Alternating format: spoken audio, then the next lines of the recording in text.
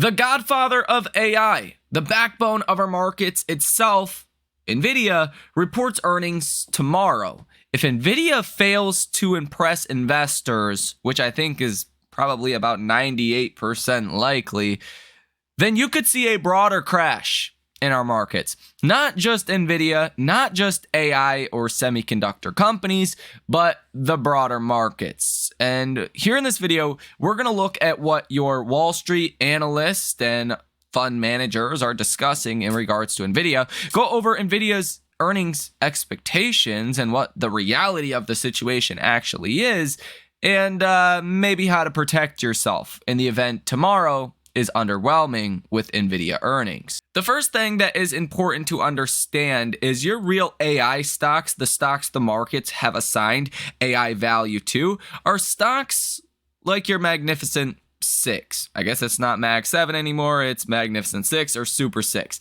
That would be like Google, Amazon, Microsoft, especially Microsoft.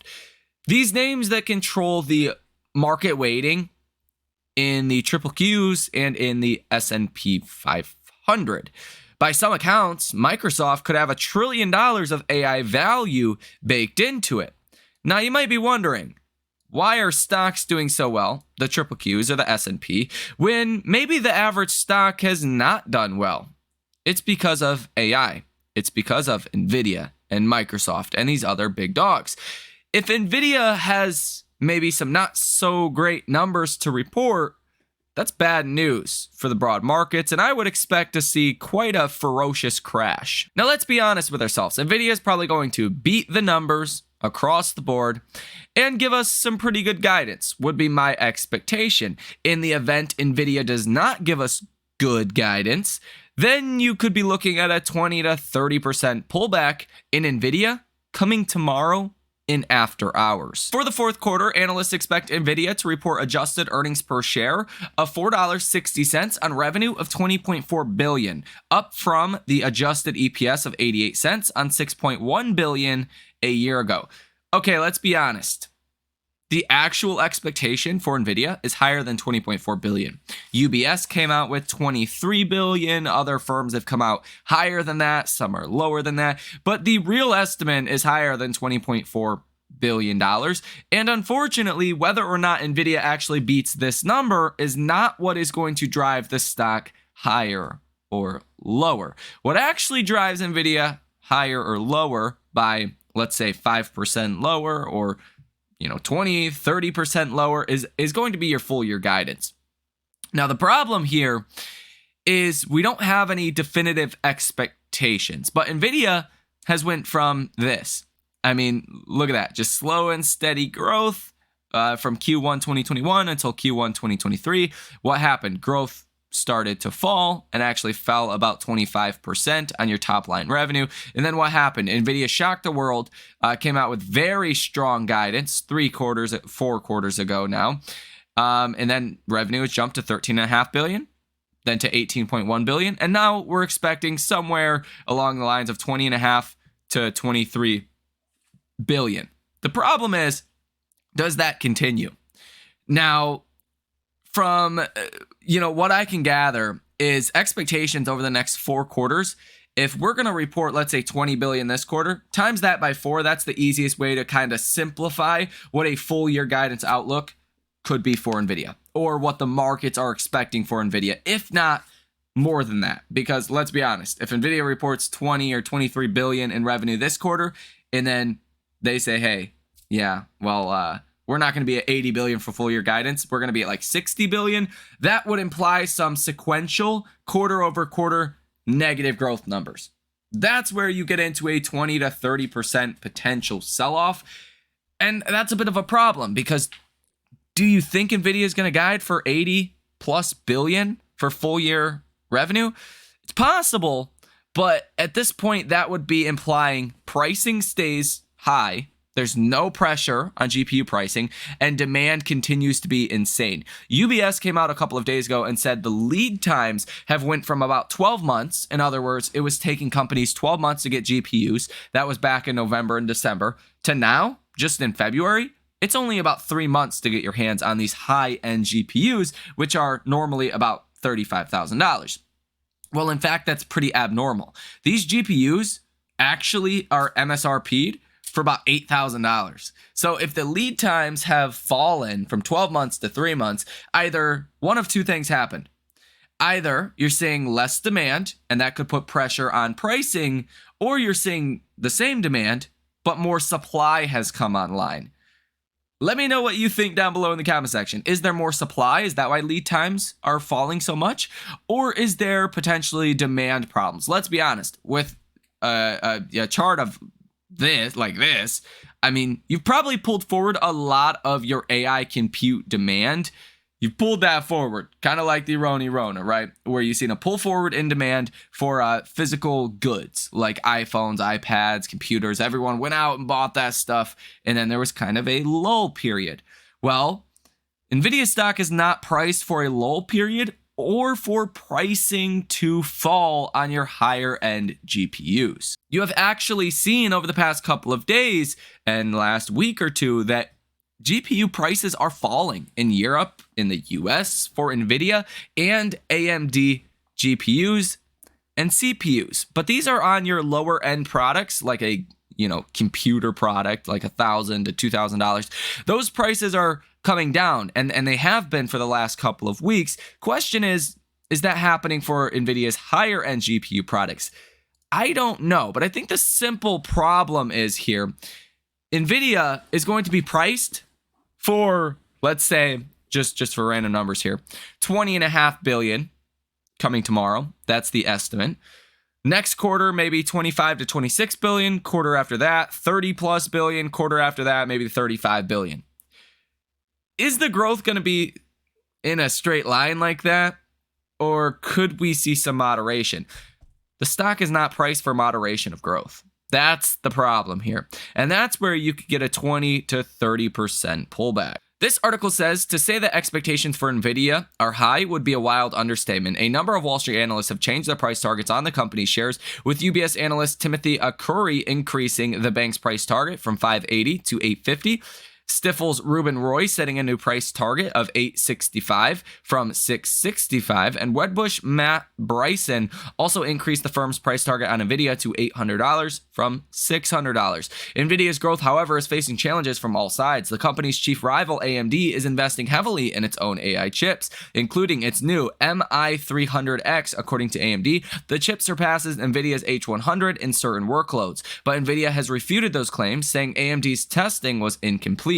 Intel also has its own server chips and continues to build on their capacities. Nvidia's customers are also increasingly looking to develop their own specialized AI chips to ease their reliance on Nvidia's offerings. Amazon, Google, Meta, Microsoft, and Tesla are just a few of the big name firms that have either currently offer or are actively developing their own in-house AI chips. So that's a little bit of a problem Wall Street is going to be paying attention to, and Nvidia seems to have a solution for that. Nvidia has talked to these big companies, and they are looking at making specialized chips for those companies' needs. Now, another big area of focus will be China, and there was export restrictions based or put on Nvidia in the Chinese market. And a lot of your Chinese market now does not want these lower end chips that Nvidia was forced to build for that market. So that's another question. Is China going to be a source of demand, or is it not? But that could be upside to Nvidia's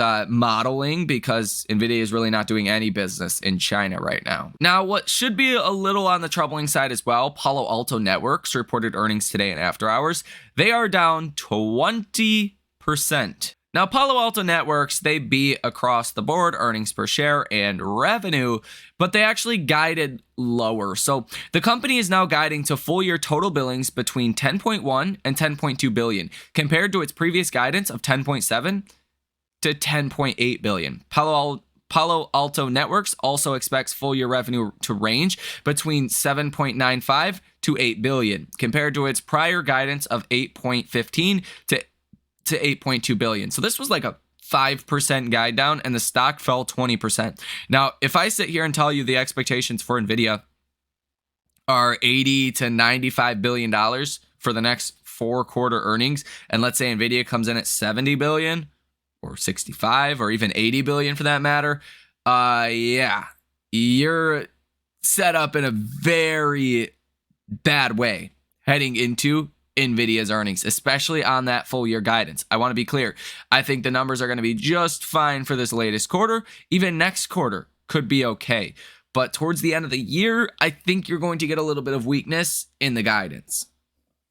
Whether that is because GPU prices come down or there is a moderation in demand. This demand is not going to last forever. Question is, does the music stop sooner rather than later, or does the music keep playing for a long time? Nvidia currently trading at about 90 times trailing 12-month earnings. The stock is not priced for a slowdown in growth. You also have to imagine the comps are going to get harder throughout 2024. So Nvidia is expected to report about 230% year-over-year revenue growth and like 10x increase in EPS. But as you get further into 2024, I mean, the comps are going to be really, really hard to even come close to that. I mean, the quarter a year from now, a year from this quarter, it's not even going to be close to those percentages of growth. Maybe 20%. If they can exceed that, then that would be great. But there are some real problems here. Even when you think about the broader markets, I want to show you guys something. This is the chart for the dollar. This is on a weekly basis, just to make it a little bit easier. But when the dollar falls, stocks rally. When the dollar rises, stocks fall. This was the Rona right here. What happened? The dollar fell all the way until about June, July, October-ish of 2021. Stocks did very well in this period of time when the dollar declined. Look at 2022. The dollar went parabolic to the upside as the Fed was raising rates. Stocks fell, right? 2022 was not a great year. Nasdaq was down like 38%. And then what happened? The dollar fell in 2023 and stocks did well up until about end of the month in July. July of 2023, what happened? The dollar started to rise. You actually seen a 10.5% pullback in the S&P during this time as the dollar rose. And then what happened? The dollar peaked out October, November of 2023, and we seen a parabolic rally and a broadening out of our markets until, you guessed it, December 28th. December 28th, the dollar started to rise. What happened? The markets went higher as the dollar was rising. Well, wait, that normally doesn't happen. But indeed, under the surface, markets have been falling since December 28th. A lot of your stocks, if they're not AI related, have been falling ever since roughly December 28th. Look at Tesla. Tesla was $265 on December 28th. Today, it's in the 190s. A lot of other stocks have been falling since really the start of 2024. The broad markets have been weak in 2024. But the AI stocks, the Magnificent Seven of your AI stocks specifically, they have the largest market weighting in the NASDAQ and the S&P 500. So what has happened? Everyone's been hyped up, jazzed up, bubblicious up on AI names. So the markets have continued to rise as the dollar has also been rising. This would imply the markets should be not at all-time highs, should be a lot lower than all-time highs. So I think the dollar is really snitching here. The dollar is saying stocks, besides AI, are falling, right? And that's true. They have been falling. But the dollar is also saying if your AI trade gives up and your big tech gives up, then you could see a sharp pullback in our markets. Like tomorrow and after hours, Thursday, the markets could be down 4 to 5% on the triple Qs. If Nvidia does really disappoint on that full year guidance, you could see a rapid deterioration of our markets. Now, you can make the argument if Nvidia does fall a lot, maybe some money does go into other areas of our markets, but that would still negatively impact the triple Qs or the SPY. I personally think there's about a 98% chance Nvidia falls after Nvidia's earnings tomorrow and after hours. Question really is it a 5% fall or is it a 25% fall? It all comes down to that full year guidance and what the expectations are. If we're going to continue to see some big growth, well, maybe Nvidia only falls 5%. If there's trouble on the horizon, if that is what the guidance shows us, Nvidia is probably going to fall 25, maybe even 30% because nobody's expecting that, right? Kind of like Meta, when Meta really fell in 2022. Nobody was expecting that. And that's kind of where we are right now. Nobody is expecting growth to slow down or revenue to, decline on a quarter-over-quarter basis. If that were to happen, we're in for a big problem. I mean, just look at Palo Alto Networks. They were trading at pretty much all-time highs as well, or pretty close to it before they reported earnings today, and they got utterly obliterated based on a 5%, guide down or so for 2024. I mean, if Nvidia does not give you some really impressive numbers, watch out below. Joe, the elephant in the room happens tomorrow after the bell. Nvidia reports. Does everything come down to what this company reports at this point? I think in the near term, yes, it does. Unfortunately, I wish it wasn't that way. I wish we could look at the earnings that Stephanie is citing and recognizing that it's a much better environment for corporate profitability than we anticipated. But unfortunately, the last several weeks, we've created this speculative fervor surrounding AI, and it's landed squarely in the semi names. We obviously see what ARM Holdings has done the last several weeks. We are seeing what Supermicro is doing as well.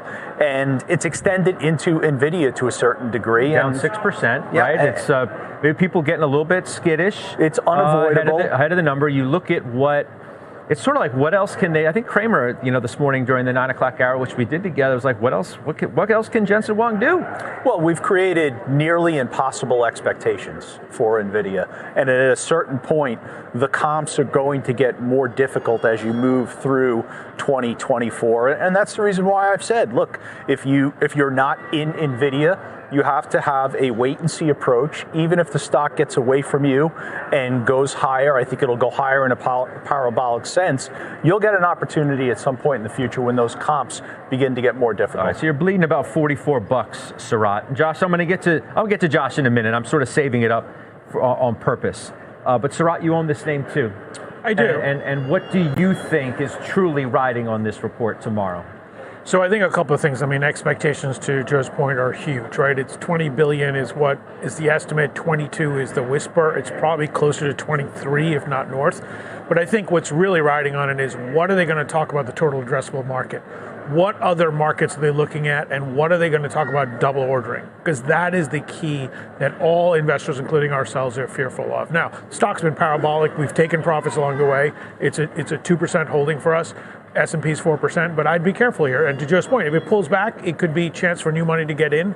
But if it goes up, then you just kind of wait and see. I mean, I realize there are other things going on today, and we'll get to those and the impacts that they're having on the market. But to me, it's unavoidable to start here as you start a new week, Josh, because even you suggest it's, quote, the whole ball game for the most crowded trade on earth. And that is what Nvidia is going to deliver tomorrow, whatever it may be. And the impact that it's going to have on the market, you've got to believe it's going to be a sizable mover one direction or the other. I think so, but a negative outcome for Nvidia is not necessarily a negative outcome for investors in the rest of the market. Now, what Josh Brown is essentially saying here is, if Nvidia does fall, like let's say 5-10%, it's not that bad. Guidance is good. The AI trade's still alive, if you will. Just maybe Nvidia does consolidate, fall a little bit. Then that money that is leaving Nvidia, leaving the AI trade, can go into the broader markets. As I explained earlier in this video, the dollar has been rising for a while. The average stock has been falling in 2024 to start the year. Maybe that money starts to make a home somewhere else. Maybe in your small mid-cap stocks, maybe your interest rate sensitive names. After all, we do have the first Fed rate cut coming up soon, and it looks like the economy is holding up well. And that's another way to potentially trade this, is kind of a broadening out of our markets after Nvidia earnings. That's an interesting way to kind of think about it. As of recently, Nvidia's red days have coincided with the IWM doing very well. For an example, on February 15th, Nvidia was down 1.68%. What happened? IWM on February 15th was up 2.67%. Now on Friday, last Friday, IWM was down 1.36%. Nvidia was also down, marginally negative 0.06%. That was because PPI came in hotter than expected. But if you go back and you look at the last red days with Nvidia, February 13th, Nvidia was down about 0.1%. What happened? IWM was down a lot. That is when CPI came in hotter than expected. So minus any kind of bad news in the broader markets, anytime Nvidia has been red, small caps have been outperforming. February 8th, Nvidia was down 0.65%. What happened on the IWM? IWM was up 1.52%. Before that, Nvidia on February 6th was down 1.6%. What happened on Feb 6th for IWM? IWM was up about 1%. So you do see this relationship even here in after hours as Nvidia is selling off, as the triple Qs are selling off. IWM is actually green in after hours, right? Green about 0.04%. There is the potential for that trade to start to play out. Now, with Nvidia specifically, I think the options are pretty garbage. They're way too expensive. You have to bet on like a 30% move lower to even make sense of the options. This is the largest market cap move that we've ever priced into any stock. Right, so you're expecting a $200+ billion move, higher or lower in Nvidia. I think that also sets up Nvidia for a little bit of disaster. Now, I think the best way to trade this is actually, let's say, the triple Qs. And I did make a trade on this. I bought the March 1st, so next Friday, 4 10 puts. I bought 5 of them for about $124 a piece, about $600 into this trade. Now, I think if Nvidia does fall 5-10%, you see a pullback in other big tech names, these could work very well. Now, if Nvidia does fall like 15-20% or more, yeah, these are probably going to go in the money and they're going to hit big time. I just think the premiums make a lot more sense. These 410 puts are only 4% out the money. And I think, coming Thursday, if Nvidia does fall a lot, the NASDAQ, the triple Qs could probably fall 4 to 5%. So I think you could actually go in the money on Thursday if Nvidia does fall a lot. Now, this is not a recommendation. This is not financial advice. None of that. I'm not a financial advisor, but just throwing out ideas if you wanted to hedge out your portfolio, because this is a hedge for my long portfolio. I mean, this is not a terrible way, in my personal opinion, to hedge out your portfolio for any potential market volatility here. This is a lot better way to hedge, in my personal opinion, than, buying SMCI puts or Nvidia puts with super high expectations. These triple Q options actually are pretty cheap for the kind of move that we could see. But again, you're subject to lose all of your money if you trade based on anything that you see in a YouTube video or what some random guy on YouTube says. But that's personally what I'm doing. Let me know what you are doing down below in the comment section. So let me know what you think about this information down below in the comment section. Hit the like button as well as subscribe to the channel if you have not done so already. You guys have a great rest of your day, and I will see you in the next one.